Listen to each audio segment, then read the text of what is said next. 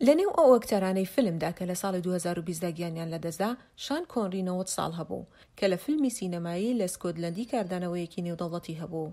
چاودێک بۆسمان یەکێکی ترە کە تەمەنی 43 ساڵ بوو گیانی لەدەستدا و لە ڕۆڵەکەیدا بە ناونیشانی ڕەشە پڵنگ ناسرا بوو.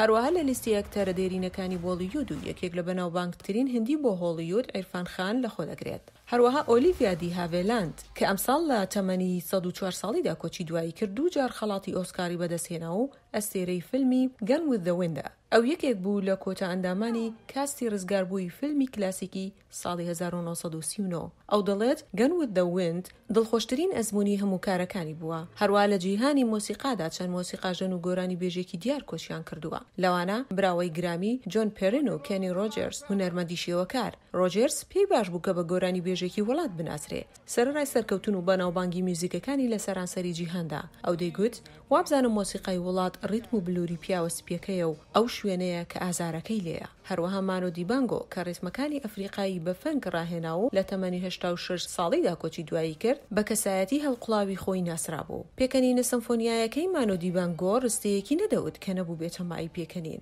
ئەو پیاوە لە تەمەنی خۆیدا گەنجینەیەکی نەبوو بەڵام لە هەموو کاتێکی خۆیدا کەسێکی بەهیوا و دڵکراوە بوو. هەروەها ئەفسانەی یاری باسکەی ئەمریکایی کۆبی برایەنت لەگەڵ کچە تەمەن 13 ساڵانەکەیدا لە کەوتنە خوارەوەی هەلیکۆپتەرێکدا گیانی لەدەستدا. ئەمەش جیهانی ساڵی 2020 تووشی شۆ کرد و بووە هۆی داخ و پەژارەیەکی زۆر. لە دەستدانێکی تری لە ناکاو کە لە سەرتاسەری جیهاندا دەنگیدایەوە دیۆگۆ ئارماندۆ مارادۆنای ئەفسانەی تۆپی پێ ئەرجنتین بوو کە بە جەڵتەی دڵ کۆچی دوایی کرد. کینزۆ تاکادا دیزاینەری مۆدەی ژاپۆنی فرانکۆ لە ساڵی 2020 کۆچی دوایی کرد ئەو بە نەخش و جوانسازی و ڕۆحسووکی ناسرا بوو. هەروە چەند کەسایەتیەکی تری گشتی ڕۆت بایدەر گنسبەرگی دادوەری ئەمریکا سیمبولی یاسایی و فێمەنیستی لە تەمەنی 87 ساڵیدا کۆچی دوایی کرد.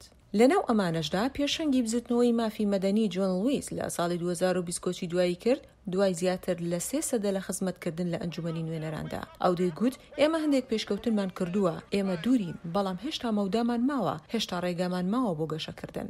جۆرج فلۆیدی ڕەچپێس کە لە ژێردەستی پۆلیسێکدا گیانی لەدەستدا کاردانەوەیەکی زۆری لە دژی ڕەگەزپەرستی لە ئەمریکا و لە سەرتاسەری جیهان لێکەوتەوە. لەنێو ئەو کەسانەدا بوو کە ئەم ساڵ کۆچی دواییان کرد. بەڵام ساڵی 2020ش یادێکی لە بیر نەکرا دەبێت بۆ پەتای کۆڤید-19 کە بۆ هۆی گیان لە دەستدانی سەدان هەزار کەس لە جیهاندا. هەروەها ئابووری ژیانی لە سەرانسەری جیهان تێکدا. هەروەک ئەم ساڵ زیاتر لە 68 میلیۆن کەس لە سەرتاسەری جیهاندا تووشی ڤایرۆسەکە بوون و زیاتر لە 5.1 میلیۆن کەسیش گیانیان لەدەستداوە.